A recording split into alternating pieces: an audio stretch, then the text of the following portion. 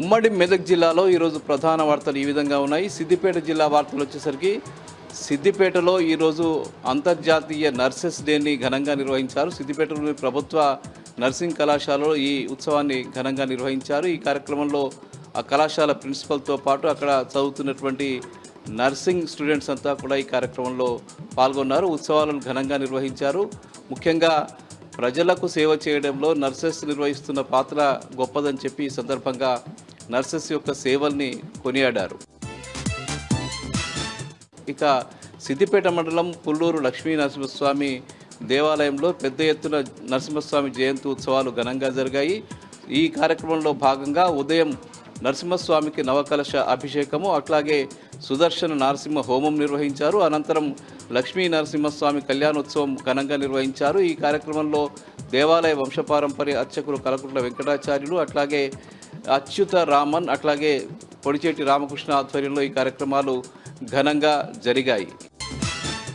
ఇక మెదక్ జిల్లా వార్తలు వచ్చేసరికి మెదక్ జిల్లా నిజాంపేట మండలం బచ్చురాజుపల్లి గ్రామంలో ఐకేపీ కేంద్రంలో నిర్వహిస్తున్నటువంటి ఒక మహిళని అధికారులు సస్పెండ్ చేశారు. నిన్న తూకంలో తేడాలు వస్తున్నాయని చెప్పి రైతులు పెద్ద ఎత్తున ఆందోళన చేసిన విషయం తెలిసిందే. ముఖ్యంగా రైతులను మోసం చేస్తూ తూకంలో అవకతవకలకు పాల్పడుతున్నటువంటి ఆ మహిళని వాళ్ళు సస్పెండ్ చేయడం జరిగింది. చాలా రోజులుగా ఈ తతంగం కొనసాగుతుంది. హమాలీలు, ఐకేపీ నిర్వాహకులు కలిసి రైతులను మోసం చేస్తున్నటువంటి విషయాన్ని అధికారులకు స్థానిక రైతులు ఆందోళన ద్వారా చెప్పడంతో అధికారులు వచ్చి తనిఖీలు చేశారు.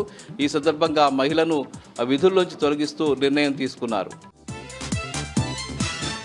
ఇక సంగారెడ్డి జిల్లా వార్తలు వచ్చేసరికి గుమ్మడిదలలో 96వ రోజు కూడా పెద్ద ఎత్తున ఆందోళన కొనసాగుతున్నది. ముఖ్యంగా నల్లవెల్లి ప్యారానగర్ ప్రాంతంలో డంప్ యార్డు ఏర్పాటును వ్యతిరేకిస్తూ పెద్ద ఎత్తున 96-97 రోజులుగా ఆ ప్రాంతానికి సంబంధించిన మహిళలు, ప్రజలు పెద్ద ఎత్తున ఆందోళన చేస్తున్న విషయం తెలిసిందే. సుమారు 13 గ్రామాలకు సంబంధించిన ప్రజలంతా కూడా ఈ ఆందోళన కొనసాగిస్తున్నారు.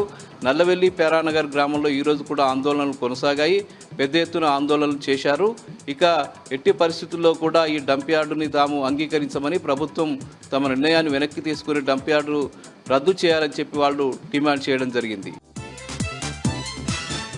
ఇక సంగారెడ్డి జిల్లా జైరాబాద్లో మెథడిస్ట్ చర్చికి సంబంధించి 95వ వార్షికోత్సవాలు ఘనంగా జరిగాయి. పెద్ద ఎత్తున జరిగినటువంటి ఈ ఉత్సవాల్లో భక్తులు పెద్ద సంఖ్యలో పాల్గొన్నారు.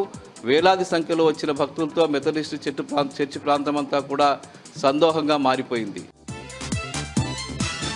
ఇక నారాయణఖేడ్ నియోజకవర్గానికి సంబంధించి నారాయణఖేడ్ నియోజకవర్గ పరిధిలోని నాగల్గిద్ద తండా శాంతినగర్ ప్రాంతంలో పెద్ద ఎత్తున మంచినీటి సమస్య నెలకొన్నది. గత 4-5 రోజులుగా ఒకవైపు విద్యుత్ సరఫరా పూర్తిగా నిలిచిపోయి ప్రజలంతా ఇబ్బందులు ఎదుర్కొంటున్నటువంటి సమస్య ఉండగా, మరోవైపు గ్రామంలో తీవ్రమైనటువంటి మంచినీటి ఎద్దడి కూడా తలెత్తింది. ఈ నేపథ్యంలో మాజీ ఎమ్మెల్యే భూపారెడ్డి ఆ ప్రాంతానికి వెళ్లి పరిశీలించారు. ఆయన ఈ సందర్భంగా మాట్లాడుతూ ప్రభుత్వం మంచినీటిని సరఫరా చేయడంలో, కనీసం కరెంటుని సరఫరా చేయడం కూడా పూర్తిగా విఫలమైందని, ప్రభుత్వం తక్షణమే నీళ్లను సరఫరా చేసే విధంగా, అట్లాగే విద్యుత్ని పునరుద్ధరించే విధంగా చర్యలు తీసుకోవాలని చెప్పి మాజీ ఎమ్మెల్యే భూపాల్ రెడ్డి ఈ సందర్భంగా డిమాండ్ చేశారు.